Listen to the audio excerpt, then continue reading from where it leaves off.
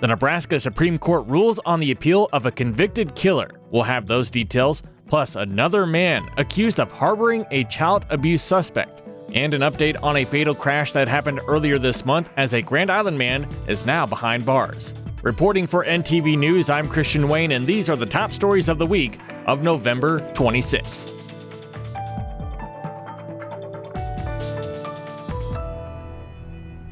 The Nebraska Supreme Court has made their decision regarding the conviction and sentencing of a Broken Bow man spending life behind bars for killing his stepmother in 2020.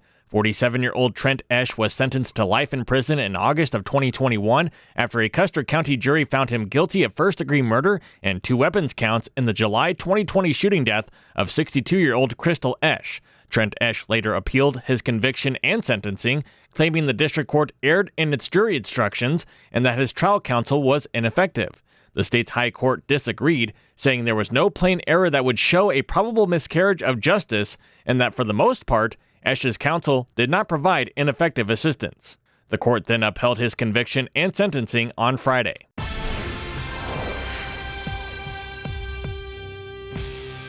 Authorities have released the name of another man accused of harboring a child abuse suspect who had evaded police in early September. 24-year-old Jacob Ellingson is charged in Buffalo County District Court with 2 counts of felony child abuse. He was arrested after eluding authorities for around a week. Kearney police said 2 men have been accused of harboring him, including his father, 54-year-old Clint Ellingson, and 57-year-old Eric Nasiba, who was taken into custody in late October.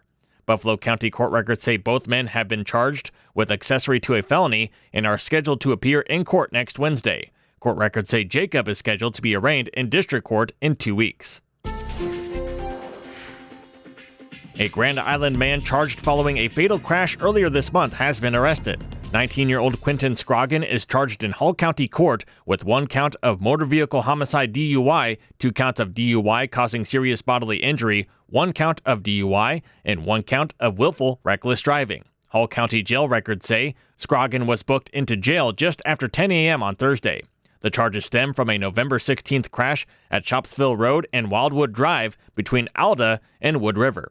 The Hull County Sheriff's Office said a 2003 Chevy Tahoe, driven by Scroggin, was driving recklessly when it lost control and rolled. The Sheriff's Office said 5 passengers were in the vehicle at the time of the crash and 2 were ejected. One of the passengers, 18-year-old Brennan Villatoro of Grand Island, was pronounced dead at the scene. The other passengers and Scroggin were transported to CHI Health St. Francis.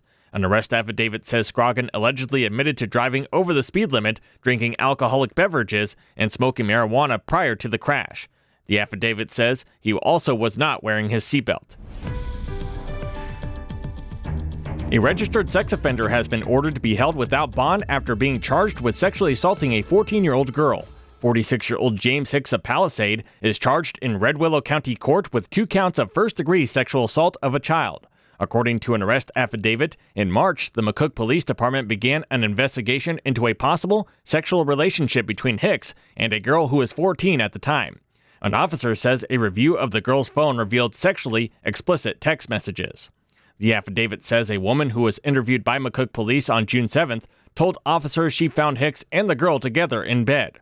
In October, the affidavit says Hicks's probation officer told McCook Police Hicks admitted to sexually assaulting the teen, and then on November 8th, the affidavit says the teen was interviewed by police and stated she and Hicks had sex multiple times. Hicks is listed as a 25-year sex offender after being convicted in Hitchcock County in 2020 of enticement by electronic communication device. He was sentenced to 90 days in jail on the charge. The affidavit in the most recent case says that in August, he was put on probation after being convicted in Hitchcock County District Court of violating the sex offender registry. Hicks is scheduled to appear in Red Willow County Court for a preliminary hearing at 2 p.m. on December 7th.